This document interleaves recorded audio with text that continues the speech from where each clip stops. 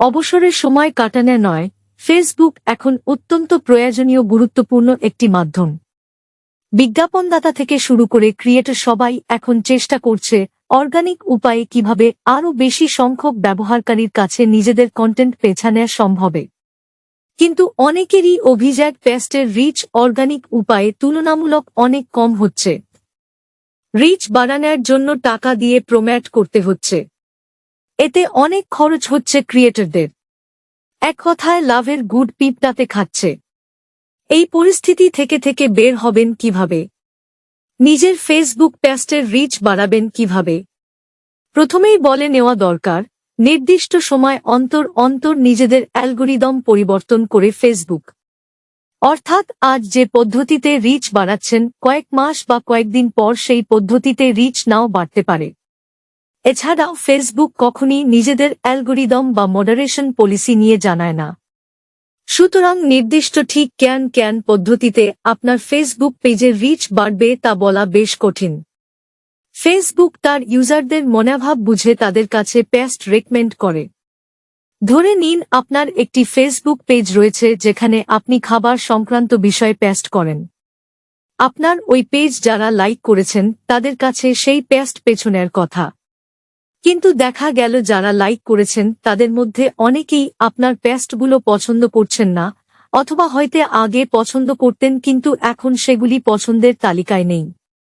Facebook কিন্তু সবই বুঝতে পারে, এবং যারা আপনার পেস্ট পছন্দ করছেন না তাদের কাছে আপনার পেজের পেস্টগুলো রেকমেন্ড করবে না। ফলে কমবে আপনার পেস্ট রিচ। কেন সময় কন্টেন্ট পেস্ট করছেন তার উপর নির্ভর করে আপনার পেস্ট রিচ হয়। আপনি কেন পেস্ট যদি মাঝরাতে করেন তাহলে তা এমনিতেই বাংলাদেশি ব্যবহারকারীদের কাছে কম পৌঁছবে। পাশাপাশি ফেসবুকে সবসময় ট্রাফিক সমান থাকে না, ফলে ট্রাফিক যখন কম থাকে তখন পেস্ট করলে রিচ কমবে আপনার পেজের কন্টেন্টের। আপনার পেস্ট করা কন্টেন্টে যত ভালো তথ্য থাকে রিচ তত বেশি হওয়ার সম্ভাবনা থাকে। এর সঙ্গে আরও একটি বিষয় জেনে রাখা দরকার। আপনি যখনই ফেসবুকে লগইন করেন তখন সর্বপ্রথম দেখা হয় আপনার প্রোফাইলের কেন বন্ধু বা কেন পেজ থেকে নতুন কিছু পেস্ট করা হয়েছে কিনা, এমন সেগুলি আপনি পছন্দ করবেন কিনা। এর সঙ্গে দেখা হয় ওই কন্টেন্টগুলিতে আপনার কমেন্ট, লাইক বা শেয়ার করার সম্ভাবনা কতটা।